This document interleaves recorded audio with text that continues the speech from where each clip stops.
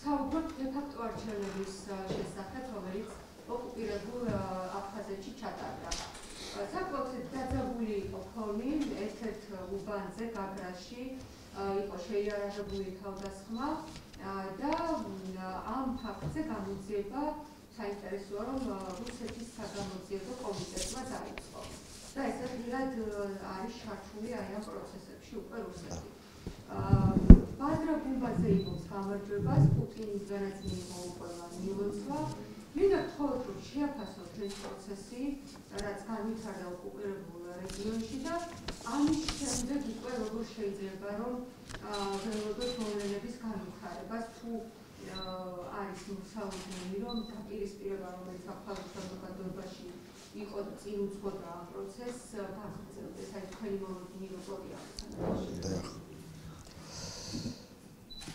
მოგესალმებით, მადლობას მოგახსენებთ მოწვევისთვის. პირველ რიგში მინდა დღევანდელი დღე მოგილოცოთ ყველას დედის დღე, დედებს და მომავალ დედებსაც და გისურვოთ წარმატებები.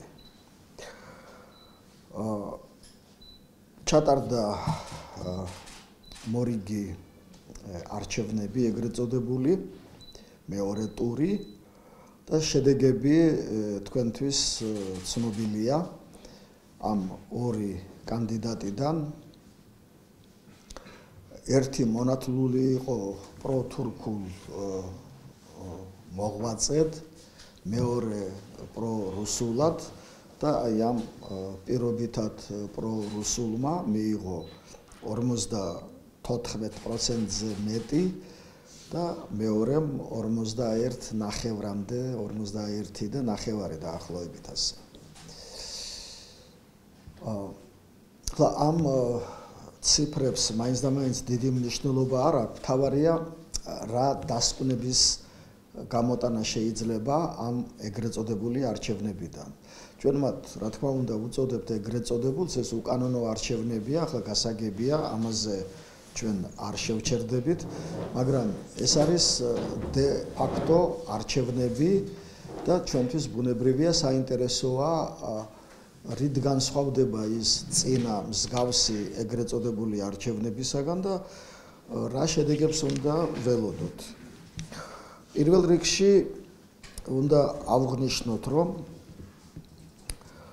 ამ ეგრეთ წოდებულ არჩევნებზე იყო რუსეთის უპრეცედენტო ჩარევა. რუსეთი ყველა არჩევნებში ერეოდა, ყოველთვის ერევა და არა მარტო თავის ოკუპირებულ ტერიტორიაზე, არამედ, რა ვიცი, ამერიკის შეერთებულ შტატებშიც კი თქვენ გახსოვთ. მაგრამ შედეგი მინდა შეგახსენოთ. ადრე რუსეთის ფავორიტი კანდიდატი ყოველთვის აგებდა ყოველთვის. ახლა როგორც პირველ ტურში, ისე მეორე ტურში ძალიან დიდი სხვაობით იმარჯვებს პრო-რუსული კანდიდატი. ეს არის აი სწორედ იმ უპრეცედენტო ჩარევის შედეგი, რომლის მსგავსი ჩვენ მთელი ამ წლების განმავლობაში, რაც აფხაზეთი ოკუპირებულია და ის მარტო 2008 წლიდან კი არ არის ოკუპირებული, 93 წლიდან არის ოკუპირებული. აი იქიდან მოყოლებული ჩვენ მსგავსი რამ არ გვახსოვს. შემდეგ არჩევნების ერთ-ერთი მთავარი შედეგი გახლავთ საზოგადოების უკიდურესი პოლარიზაცია. თქვენ ახსენეთ სროლები, რამდენიმე უბანში იყო ასეთი სროლები. იყო სროლები როგორც აფხაზებს შორის, ეს ძალიან მნიშვნელოვანია. ასევე, რა თქმა უნდა, თავდასხმა სომხურ უბნებზე ძირითადად, სადაც აფხაზები დარწმუნებული იყვნენ, რომ ისინი მასობრივად ხმას აძლევდნენ გუმბას. თავდასხმებს აწყობდნენ, თქვენ იცით ამის შესახებ, არძინბას მხარდამჭერები. აი ესეც პირველი შემთხვევა ასეთი, როდესაც უბნებზე შეიჭრნენ შეიარაღებული ადამიანები, დაარბიეს ეს უბნები, მიმოფანტეს ეს ბიულეტენები, რომელიც ურნაში იყო ჩაყრილი და კიდევ ეს რამდენიმე უბანში მოხდა ასე. ასევე ახალი თემა არ არის, მაგრამ ეს წლებია მოდის, მაგრამ ახლა უკვე პიკს უახლოვდება დაპირისპირება სომხებსა და აფხაზებს შორის. ესეც ამ არჩევნების ერთ-ერთი შედეგი გახლავთ. ესე იგი, განხეთქილება თვით აფხაზებს შორის, დაპირისპირება აფხაზებსა და სომხებს შორის და კიდევ ერთი ძალიან მნიშვნელოვანი. ახლა ამ არძინბამ მიიღო 51.9% და ეს 51.9% ამის 99% ესენი აფხაზები არიან. 99 არიან აფხაზები. ახლა იქ ხუმრობენ, რომ აფხაზების პრეზიდენტი არის არძინბა და აფხაზეთის პრეზიდენტი გახდა გუმბა. იმიტომ რომ ყველა აფხაზურ უბანში მას მოგებული აქვს არჩევნები და ახლა აი აქედან გამომდინარეობს აი ეს დიდი დაპირისპირება, რომელიც აი უკვე როგორც გითხარით, პიკს უახლოვდება სომხურ თემსა და აფხაზებს შორის. ახლა ამ შემთხვევაში რუსეთს უჭირავს სომხური მხარე, იმიტომ რომ მას მიაჩნია, რომ ეს მოსახლეობა არის მისი ერთ-ერთი ძირითადი დასაყრდენი აფხაზეთში. და აი სწორედ აი ეს იწვევს აფხაზურ-რუსული დაპირისპირების კიდევ უფრო გაღრმავებას.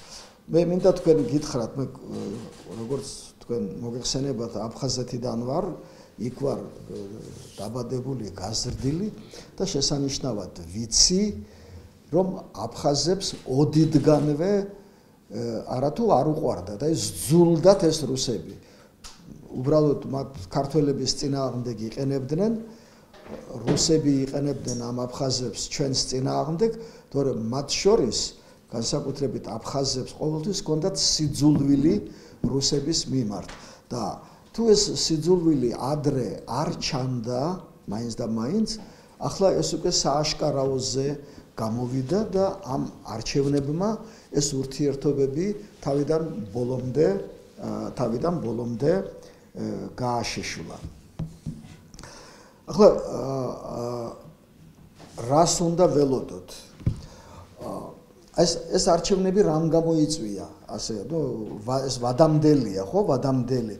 თუმცა იქ რაღაცა ერთი თვე რჩებოდა ვადიან არჩევნებამდე, მაგრამ მაინც ვადამდელი არჩევნებია. 15 ნოემბერს მოხდა აი ეს ცნობილი მოვლენები, ამბოხება, რომელსაც ჰქონდა თავისი მიზეზები. აი ამ ამბოხებას და ბჟანიას გადაგდებას ეს მიზეზები უნდა მოეხსნა. მაგრამ მოხდა სასწაული, ასე თუ შეიძლება ითქვას, და ამბოხებული მხარე, როგორც თელს მსოფლიოში, ვინც ამბოხებით მოდის ხელისუფლებაში, ის მორიგ არჩევნებზე ყოველთვის იმარჯვებს. ეს მთელ მსოფლიოში ასეა და ამ შემთხვევაში მოხდა პირიქით. ანუ მიზეზები, რომლებმაც აი ეს 15 ნოემბრის ამბოხება გამოიწვიეს, ამ ეგრეთ წოდებული არჩევნებით არც ერთი მიზეზი მოხსნილი არ არის. დაპირისპირება რუსეთთან კიდევ უფრო გამწვავებულია. შესაბამისად, რას უნდა ველოდოთ ლოგიკურად ჩვენ უნდა ველოდოთ ისევ იგივე და კიდევ უფრო მწვავე დაპირისპირებას იმ თემების, იმ საკითხების გარშემო, რა თემებისა და საკითხების გარშემო იყო ეს 15 ნოემბრამდე და რამაც 15 ნოემბერი გამოიწვია. რუსეთს არაფერში არ ჭირდება აფხაზეთი, თუ ის არ მოახდენს ან ვერ მოახდენს მის ანექსიას. მას ოკუპაცია არ აკმაყოფილებს. მისი მიზანი, გაცხადებული მიზანი არის ამ ტერიტორიის ანექსია, თუმცა ისინი ამ სიტყვას ტერმინს არ ხმარობენ, მაგრამ პოლიტიკა პოლიტიკა, ის ეგრეთ წოდებული შეთანხმებები ყველა არის აქეთკენ მიმართული. რუსეთი არც ერთ იმ შეთანხმებაზე უარს არ ამბობს და მას მიაჩნია, რომ ახლა ვინც მოვიდა ხელისუფლების სათავეში, ეს იგივე ხალხია, ვინც იყო 15 ნოემბრამდე, აი ისინი ბოლომდე მიიყვანენ იმ საქმეს, მაგრამ ეს მეორე მხარე, აგერ თითქმის 42%-ით თანაც მხოლოდ და მხოლოდ აფხაზთა ხმებით არის ეს 42% მოპოვებული, ის იგივე წინააღმდეგობას გაუწევს და ახლა ძალიან ძნელია ჩვენ წინასწარ ვივარავუდოთ რა შეიძლება ყოველივე ამას მოჰყვეს. მაგრამ მე ძალიან მენიშნა აი ეს იარაღის გამოყენება, სროლები, რაც ჩვეულებრივი ამბავი გახდა ბოლო პერიოდში აფხაზეთში, აი თვით იმ დე-ფაქტო პარლამენტის შენობაში დეპუტატი მოკლეს ბოლოს და ბოლოს, ხო? ესროლეს და მოკლეს. ახლა აი ამის მერე იქ ყველაფერი არის მოსალოდნელი. და კიდევ ერთი მნიშვნელოვანი ალბათ დასკვნა. ჩვენ ვთქვით რუსეთის უპრეცედენტო ჩარევაზე მოგახსენეთ, მაგრამ ეს ჩარევა ყოველთვის იყო, მაგრამ აი ასეთი, რომ სასამართლოს რუსეთის საგამოძიებო კომიტეტს აღეძრა საქმე აფხაზების წინააღმდეგ, ასეთი ჩვენ ჯერ არ გვახსოვს და ეს გაგრძელდება, გამოძიება მიმდინარეობს, ეს დამნაშავე პირები იდენტიფიცირებულები არიან და მათზე უკვე მიმდინარეობს შესაბამისი პროცედურები. ალბათ მოხდება მათი დაკავება. საქმე იმაშია, რომ ეს ადამიანები ყველა ერთ მხარეს, მეორე მხარეს, ესენი ყველანი არიან რუსეთის მოქალაქეები და მათ გონიათ აფხაზებს, რომ ეს რუსეთის მოქალაქეობა მათთვის არის რაღაც კარაქის ტალონი, პურის ტალონი, ახლა თქვენ აქ ახალგაზრდები ხარ და არ გახსოვთ ეს რას ნიშნავს, მაგრამ ჩვენ ნანახი გვაქვს პურის ტალონები და კარაქის ტალონები, აი ამ ტალონებით შეგეძლოთ გეყიდათ პური და კარაქი.